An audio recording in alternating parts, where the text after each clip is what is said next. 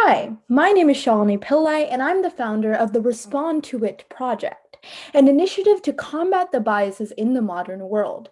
I'd like to welcome you to the first episode of the Exploring Bias project, which is an attempt to look at bias from different perspectives. With this project, we aim to raise awareness and promote understanding by presenting a series of speeches surrounding the general concept of bias. This project gives youth a platform to share their experiences. If you're interested in getting involved, please follow us on our Instagram page at respond.to.it for more details. Our first speaker is Nancy Ediagbanya, a freshman at Emory University.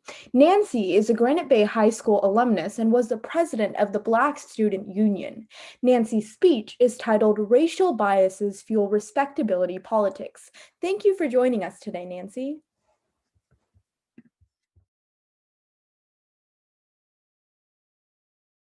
Much of the discourse I've heard surrounding racial biases, I think, focus on defining these biases and explaining how overall negative they are.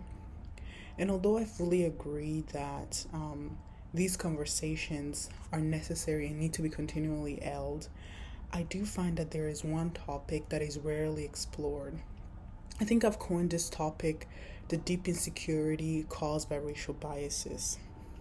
And by security, I don't simply mean like lack of confidence, but the lack of stability and kind of sense of self that stem from racial biases. I think this insecurity has led to many BIPOC individuals to navigate their lives through the lens of people who propagate racial biases by ascribing, often unknowingly, to the problematic idea of respectability politics. I think in effort to navigate like what it means to me on a daily basis, I've come up with an example through my own experiences. For example, I think if I'm going to the store as a black person who has a good understanding on like racial biases held by many regarding my race, there are several things that I would do to kind of be regarded as a good black person. I think these things have been ingrained in my psyche to do. For example, I will attempt to look presentable and I would just kind of want to look upstanding, even if I make a quick grocery run. I will try to smile and speak softly when I'm in a conversation with strangers, despite like my personal emotions. And I will walk and act in a way that is least threatening as I can.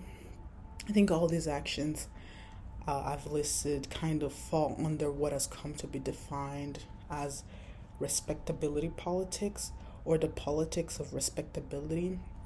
To quickly define respectability politics, I think it is a form of moralistic discourse that essentially points at the behaviors and customs of marginalized peoples and how those, I guess, should shift to conform to the behaviors of the majority groups. Although I disagree with respectability politics and like what they promote, I need to highlight that at its core, it was created from a place of kind of defense for the plights of ostracized voices. Thus, it is a form of defense mechanism against biases, but I think it misses the mark because it places those on the receiving end as the entities that need to change. In response to racial biases, it is destructive when, like, oppressed groups are told that they need to quiet down, conform, or alter whatever personality they embody just to, so that they will fit more and be more palatable for those who will discriminate against them regardless of their true character. At this point, I think I should also quickly point out that the criticism against respectability politics also includes the fact that countless examples have shown that racial biases exist beyond whatever behaviors like are displayed by people of a black background or marginalized groups. One prominent example of this was civil rights leader Martin Luther King Jr., who preached nonviolence and fully exemplified a noble character. I think his behaviors did not stop the bias and racism from those who hated him. And he was ultimately assassinated despite all he proved to be, and despite how much his character did conform to someone who's gentle and caring and actually acting in a way that is not violent. I think it is unfortunate that in response to racial biases, the ostracized has been taught to silence and police their voices to kind of attempt to be deemed more worthy of respect. In actuality, we have yet to find a solution to racial biases that does not essentially place blame on those experiencing them.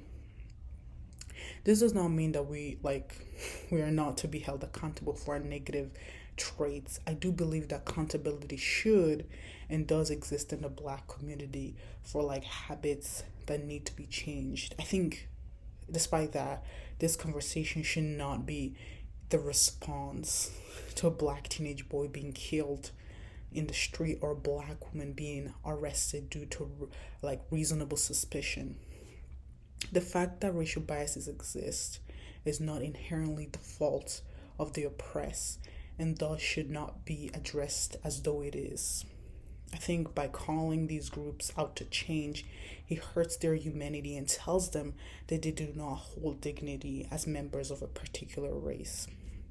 I think we have come to the point that in society that where we should realize that racial biases are so ingrained in the way we do life that simply telling black people to do better does not necessarily mean they will not face systemic racism or overt racism as well.